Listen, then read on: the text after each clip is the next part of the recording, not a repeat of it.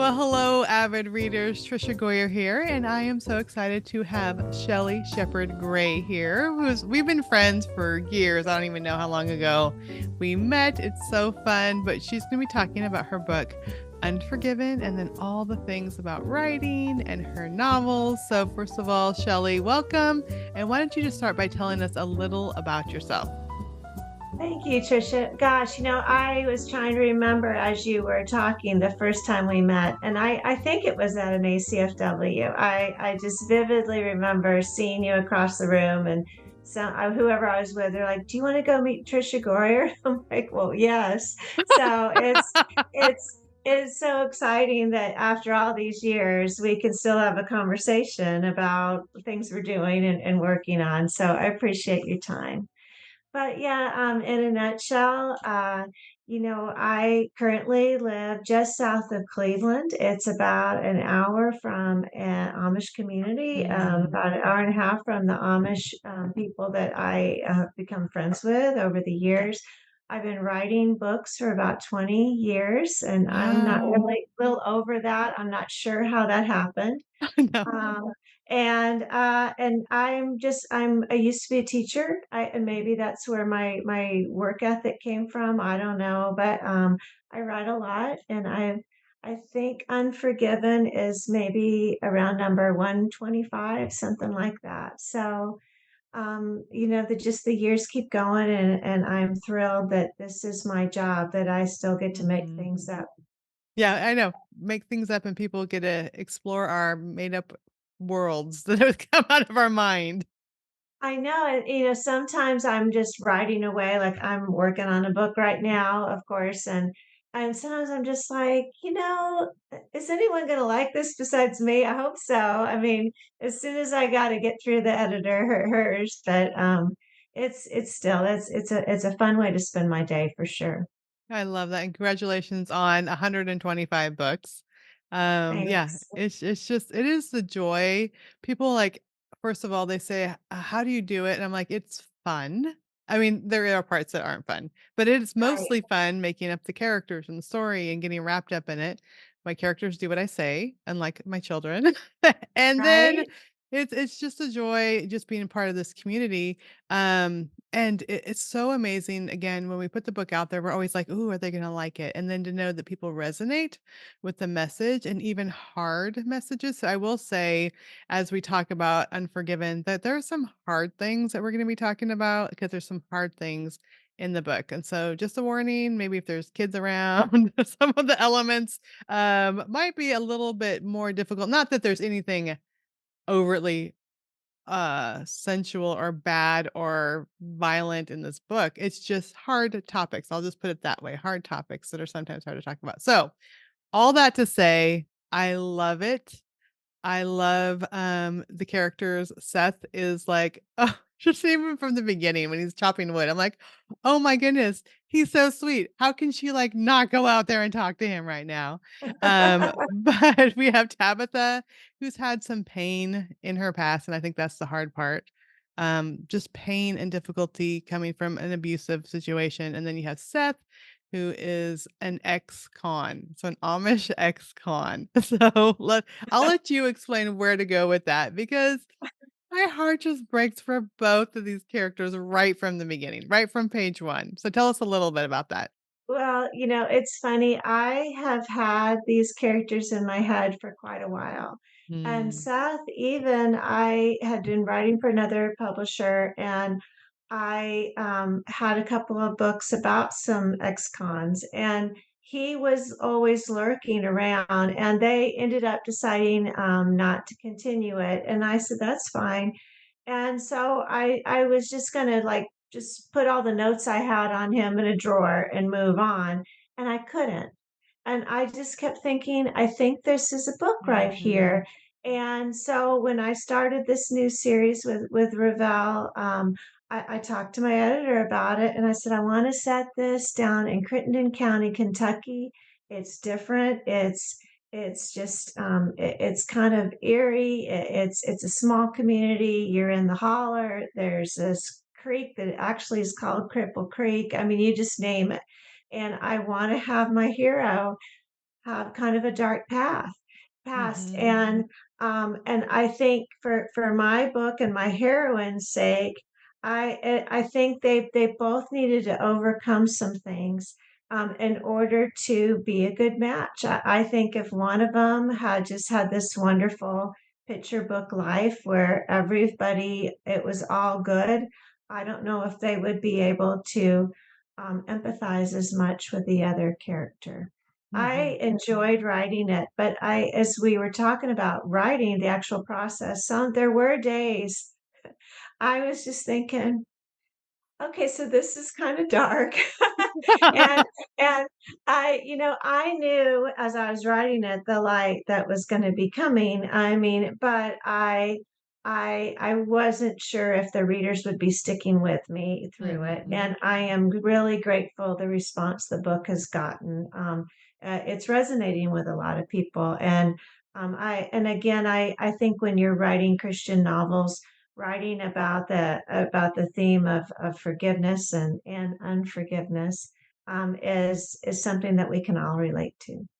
Yeah, and I just think it's so amazing. Here we have Tabitha, who's ostracized from this Amish community, um, because and it's just right on the page of Amazon, so I'm gonna say this much Right. because she escaped an abusive marriage, but she had a divorce. And Yes. so I'm currently have friends that we're walking through this right now. They've gotten out of very horrible situations, and some of the responses by church people have been the worst. It's hard enough going through abuse as it is. So we'll so right from the beginning, just because I'm currently walking through a friend going through the situation, my heart is like literally breaking for Tabitha. Like she's a real friend. Like I was like adding her to my Oh, prayer list as I'm oh, thinking about her because it's fiction, but it's also not fiction, which I think is part of it. So let's start talking about her and like why did you want this to be her situation? And yeah, just we'll just start with that. all right. Well, Tabitha is an interesting character because she was an Amish school teacher. Mhm. So, and I have been in an Amish school more than once, and there were two teachers working side by side. One was the older teacher, about 18, 19. The other one was brand new, just her eighth grade education. So a 15-year-old teacher. So I just want to put that out there because she is 18 when I believe when she was a teacher, but Seth was 14. So she was his teacher, but it wasn't like creepy, Yeah, exactly. Like all but the other stuff that makes the news all the time, right? but but her story is that an older guy kind of preyed on her, and Mhm. his name was Leon, and he did everything that she was taught to look for in a husband, and he was going to take care of her, and he adored her, and just as importantly, he said all the right things to her family. Mhm. And sure, it's this is a make believe book, but I also think that this can happen. It has happened. And Mhm. so she does. She ends up leaving to her teaching job mid-year. She marries him because Leon wants to rush it, which in my mind I was like, that's clue number one, Tabitha. You should have Come on. You're taken, like yeah, you're talking to her as you're like right. writing her. Right, but in any case, that when the book opens, she was beaten badly, she was in the hospital, and she didn't know what to do, and, the sheriff, who is a good friend of the community, he told a lawyer. So this lawyer named Mia shows up, and she's the one who had said, you have choices. You don't have to do this. Mhm. And so Tabitha took that choice to leave. Now, I have to tell you, I was really concerned about this because I love writing fiction, but I also want it to be fairly believable. Mhm. So I was over at my Amish friend's house, and she's like, well, she likes to hear what I'm working on. And I'm like, oh well, I've got a doozy for you. And I'm like, but I go, "But I need your advice." I'm like, because I knew, divorce is just it's not permitted. If you're Amish, you're not supposed to get divorced. And I said, "Well, what do you think everyone would do in your community if this happened?" And she said, "Well," she said, I she wouldn't be Amish anymore, but no one would shun her. And she said, "We're all human. We have a heart, and we would feel for her, but I don't know if we could get around saying, 'Oh, you're still Amish and it's all good,' just because divorce is so looked down upon." So I wanted to have my heroine Tabitha really walking this tightrope of a line, which in a way I think all of us do at one point or another, is that you haven't done something that is exactly accepted, but you're not Mhm. all bad and you need acceptance. And she's not going to apologize for divorcing him. If she had stayed, she probably wouldn't be alive. And Right. so she was walking a fine line and the community did too also. And so I tried to, show that people might be sympathetic, but they were keeping their distance because they weren't sure what they were supposed to do. And again, I think you could be in a bigger community and maybe something has happened. Maybe there was a scandal at your office or you name it, and people were like, "I don't necessarily blame them, but I don't necessarily agree with what you did." So they aren't sure how to act. So Mhm. those are some of the things I was thinking about, as I was developing her character. And um, I ended up really feeling, attached to her. Yeah. And Trisha, it's so funny. My sister, who does not read all my books, and I sure don't expect her to, she's my older sister. She lives in Greece. She bought this book on Kindle and she called me up like 2 days ago and she's like, "Shelley, poor Tabitha in the community." And I'm like, "I know." So, and that when she called me and told me that, I'm like, "Okay, I did a good job with her." She seemed like a well-developed lady. Oh, she was so well developed and so like your heart just went for her because you understand also because it really isn't just the Amish community. Let's just say that. Like Right, we have the right. same thing in every church. There's like these rules, but then we're like, well, I kind of understand or I mean, it's so hard because we do have high standards, but also the hard things come in. And you talk about Leon, and my friend that I'm walking through, I mean, she thought she found Prince Charming and was so excited. And then it turns into this horrible situation. And so I think sometimes we're not even aware. I think now I'm more aware when I see other people started dating. I'm like, oh, those are warning signs where before they might not have even seemed like warning signs unless you walked with someone who walked through that. Like there's so many things with human nature. And I think that's why I mean, I was sucked into your story. That's why your sister was sucked into the story because as we're reading, I think we can see so much of human nature, so much of people we know. Maybe sometimes some of the readers have experienced these things and it's real to life. I mean, yes, it's fiction, but honestly, I almost added the girl to my prayer list because I'm thinking of this poor sweet woman. And then you have Seth, who again, Yes. a situation. So explain him a little bit because they're both got the bad end of the deal, to no fault of their own in these situations, yeah. Right. Well, in a quick nutshell for poor Seth, a girlfriend of his, not like his girlfriend, just a friend who happened to be a girl. They were all at like a kind of a singing, like a teenage party. Um, he knew she was kind of going out around with her boyfriend. Kind of went off into the woods like teenagers do, but then he just heard something and he went to see, and it was obvious. The boyfriend was trying to do something that the Beth Ann is the gal's name didn't want. Seth tried to help. He kind of like pushed him, hit him. The boy fell, hit his head, and died. And Seth didn't know what to do. And of course, the Amish aren't going to go out and hire a good lawyer that money can buy and so forth. Mhm. And so he ends up getting convicted and having to serve 2 years in prison for, I think it's accidental event manslaughter. And, and again, the people had said, if you had had like a great lawyer, you probably would have just, this wouldn't have happened. You wouldn't have gone straight to prison.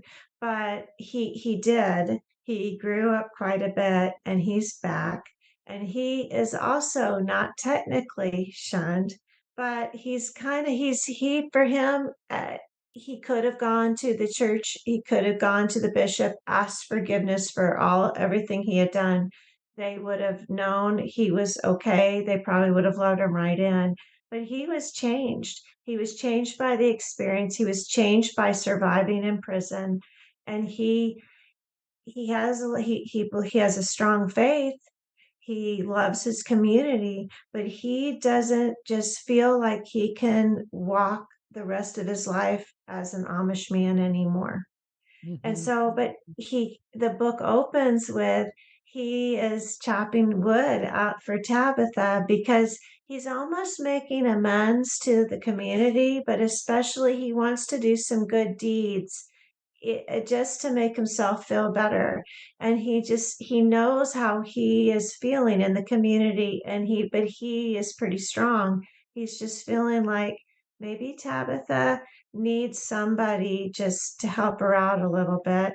But she's very different than she used to be too, and she's afraid. So for a long time, he will do things, and she'll only watch from the window. Yeah, and they're like, "Tabitha, go outside, please, and talk to the man. Talk to the man." I know, and all of us as writers, I mean, I fussed with that beginning quite a bit, like, do I want this to linger for a chapter or 2?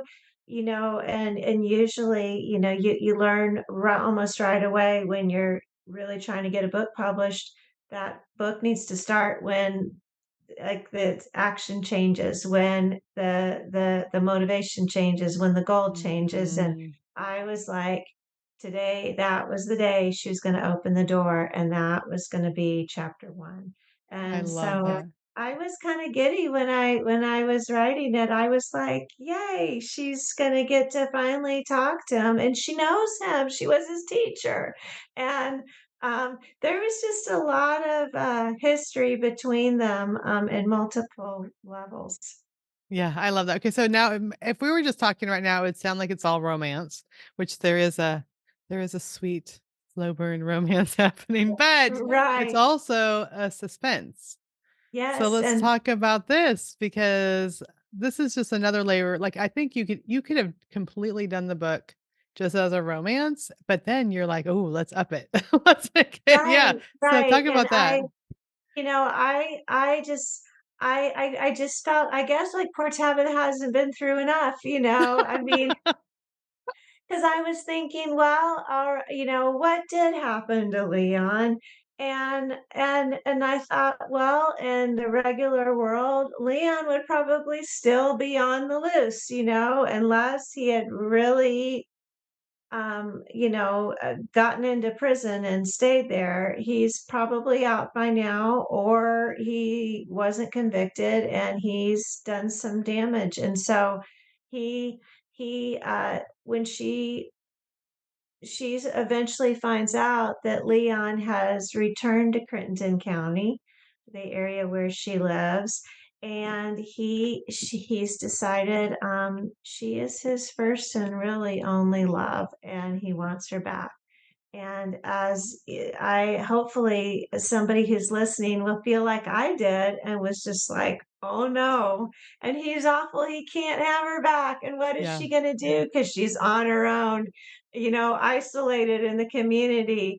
And so it was exciting to set this up and just to keep pushing and just upping the tension a little bit. And I loved having the tension rise between Seth and Tabitha and have the as right there hand in hand with the danger that was happening, that was kind of lurking outside her world, and we all knew it was coming.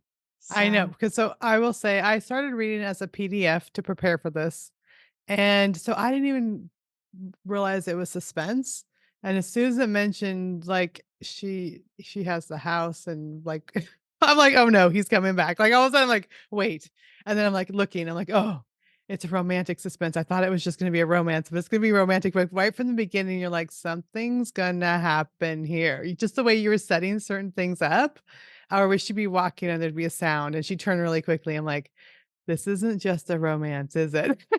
So right, well, and I wanted that the reader and Tabitha to be a little bit like, well, is Tabitha she goes from pretty much being a recluse inside her house, like people leaving things outside the door, and she quickly goes in and grabbing them, to walking outside and to being a little bit more comfortable, but she's still skittish and she's near the woods. And I did I kept as I would write draft after draft, I'd like, okay, she needs to be a little bit more isolated, Shelley.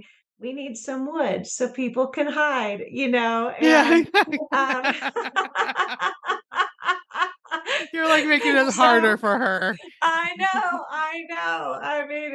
I don't know what your family does, but my husband, like, I'm in my basement. I'll go on up for dinner, or sometimes I'll walk with him in the middle of the day, and he's like, "How are things going?" And he knew by the time I was 2/3 through this book, like, I was pretty stressed out. I mean, he'd be like, "How's Tabitha today?" And that was all I needed. I'm like, "Tom, you wouldn't believe what's happening to her today." And I'm really worried about it. He's like, "Okay."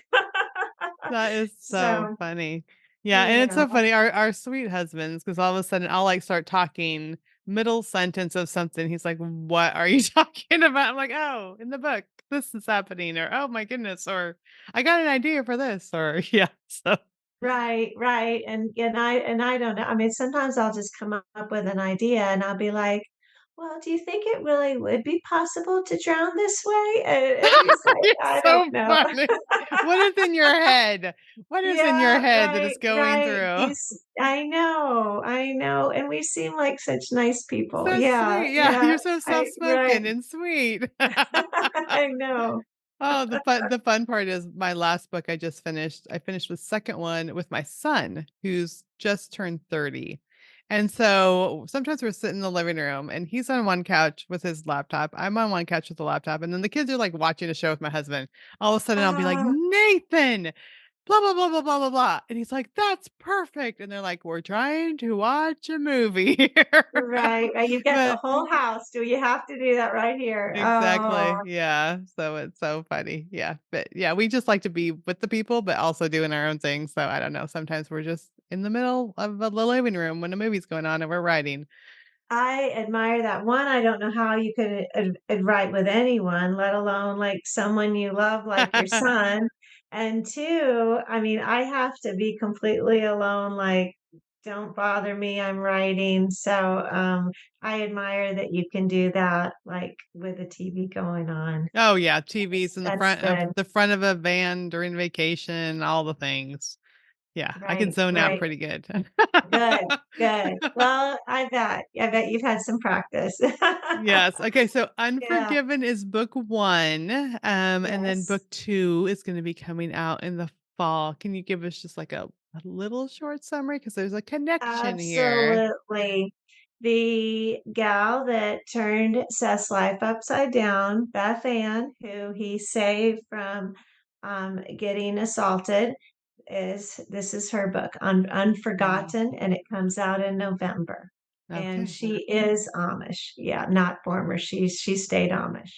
Well, very cool. So So Unforgiven, Unforgotten. Is there going to be more after that? there is. I'm currently writing the 3rd book, and I'm calling it Undeniable, but, they have not, the powers that be haven't said, "Yes, this is your title," yet. So, I do know it'll come out, spring, about a year from now, and, I'm in the thick of things too, so it was funny when I was getting ready to chat with you, I've got my book here, Unforgiven, and I'm, like, reading a little bit of it so I don't, like, because my head was all wrapped in a different book.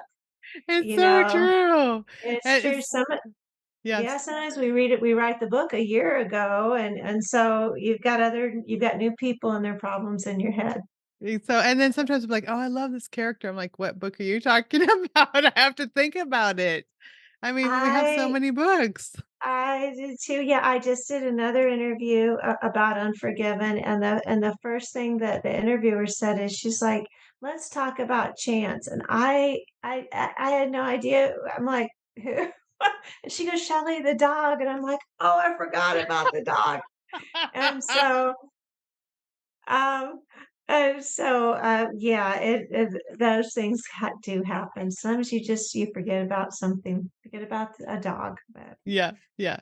And another thing I get, which I know you probably get this question too, people always say, "How do you come up with so many ideas?" And I'm like, "You have no idea how many stories are filed away in my brain somewhere." And I love that Seth was sitting there for a while, and he was just like, okay, waiting I for his turn to I come out and know. get his own book. No, and I asked someone one time, I literally thought when I was growing up, everyone put themselves to sleep like I did, and I still do by making up a story. And I finally was asking somebody and I was like, "Well, that's what you do to go to sleep too, don't you?" And like you just you make up a story.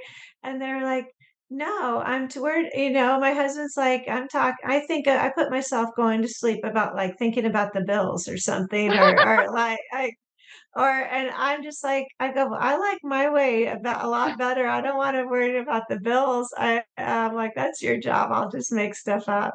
So you're right. I don't think either of us are gonna run out of story ideas or people to write about or characters that sound like they're just begging for a book of their own. No, yeah, and literally it's like all day long. Is yours like all day long when you read something or when you like, see somebody, I don't know, it's just so I'll give an example. We have one of those little robot vacuums, those little, like, circle Uh-huh. robot vacuums, Sure, sure, and sure. it went in my grandma's room, and it got tangled up in her oxygen tube, like, in Oh her no. oxygen tube, and thankfully, we only put oxygen on her at night, so it wasn't even on her, but this robot vacuum, I'm like, "What if someone got accused of murder for removing the oxygen?" And it was, like, the robot vacuum, and so, like Trisha, you shouldn't share that. Like, that's a really good idea. And I have not ever heard of death by Roomba, you know? I know, exactly.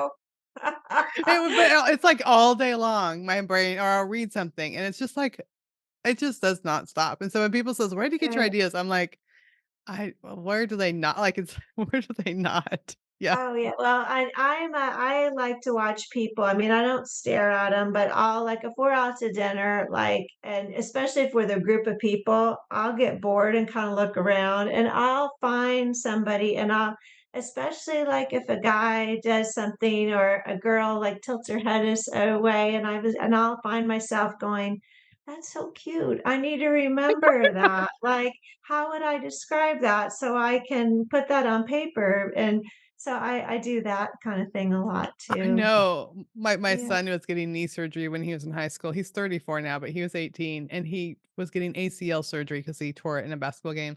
And anyway, so during the doctor's offices, he actually, when the doctor was explaining what was going to happen, he like blacked out and like passed out.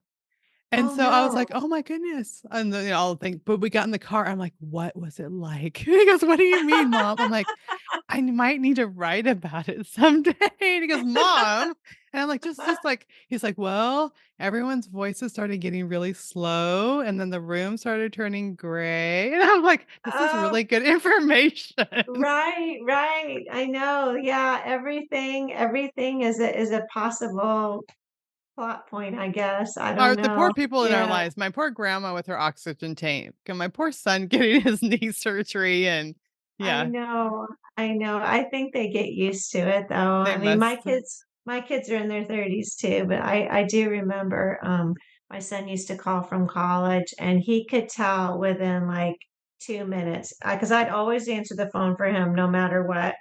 And he'd be just like, "You're writing, aren't you?" And I'm like, "Yep." And he goes, "What's going on?" I'm like, "I'm in a blizzard right now." And I mean, it's like July, and he's like, "Okay, I'm good. Sounds like you're good. I'll talk to you later." I'm like, "Okay, bye." Yeah. So, they all get used to it. They're just Oh, it's a quirk, yeah. yeah, I love it. I love it. Okay, so one question, I should have prepped you ahead of time, but I didn't. So, what is a novel that you've really enjoyed? A Christian novel. So it could be something you've read in the past, it could be something that you're currently reading, but the avid readers love to hear, like, takeaways or a book that they can pick up. So what's one that you've enjoyed? Oh my gosh. I have been on a Sarah Sundin kick of reading her World War II Oh. books. And so I'm enjoying her books very often. And I, no lie, I'm not just saying this. One of the very first Christian World War II books I absolutely loved, and it's somewhere in the bookcase behind me, is The Swiss Courier by Tricia Gore. Oh, thank you. So I read that in probably 2 nights. I could not put it down. I loved it. And, Oh. so I you know, I didn't pay I her to say this, folks. no, no, and I wouldn't just like, "Oh, let me," tell one of Yeah. Trisha about one of her books, but I loved it, so and that is something I'm an avid reader, I will read Mhm. almost anything that's sitting still in front of me, Yeah. but, I happen to really enjoy historical novels because I rarely write them, and World War II, I don't think I'll ever touch that time period just because I couldn't touch the research that other authors have done. And Hmm. so I don't know. When I find it, because some they're not all created equal, but some books just touch me, and that's Swiss Courier did. So I love it. Well, thank you this one, so much. Well, oh, I'm enjoying Unforgiven too. It's so good. And I'm also reading The Song of Sourwood Mountain by Anne Gabbert. And it's oh, also in the Kentucky Hollers. yes, And like yes. I'm two at the same time I'm reading them. I go back and forth between the hers Well, and and then yours. And I'm like, this is the same but different. Yeah. yeah, and Anne has just such a lyrical voice. Yeah. She writes beautifully. I've read many of her books too, and I don't know too many authors that can describe a scene like she can, or setting or nature. It's Yeah. just beautiful. Yeah. So, Well, and yours, I feel like you're really good about just pulling me in with the emotions of the characters. Where I just like again, my heart aches for them. And so there's some that you just enjoy and you love the setting and you enjoy the story, but some you're like, "Oh my goodness, this is like my friend. I need to see how she's doing." So I think you do a really good job with that. well, well, thank you. Well, I so enjoyed talking to you today. Thank you. Yeah. And so let us know where we can go to find more information about you and all your books. Well, you can go to www.shelleyshepherdgray.com, and I'm also on Facebook all over. I'm also on Instagram and on Twitter occasionally. So if people want to find me, you can find me. And I visit a lot of libraries, so I it love would it. be a pleasure. All right. Thank you so much. Thank you. Thanks so much.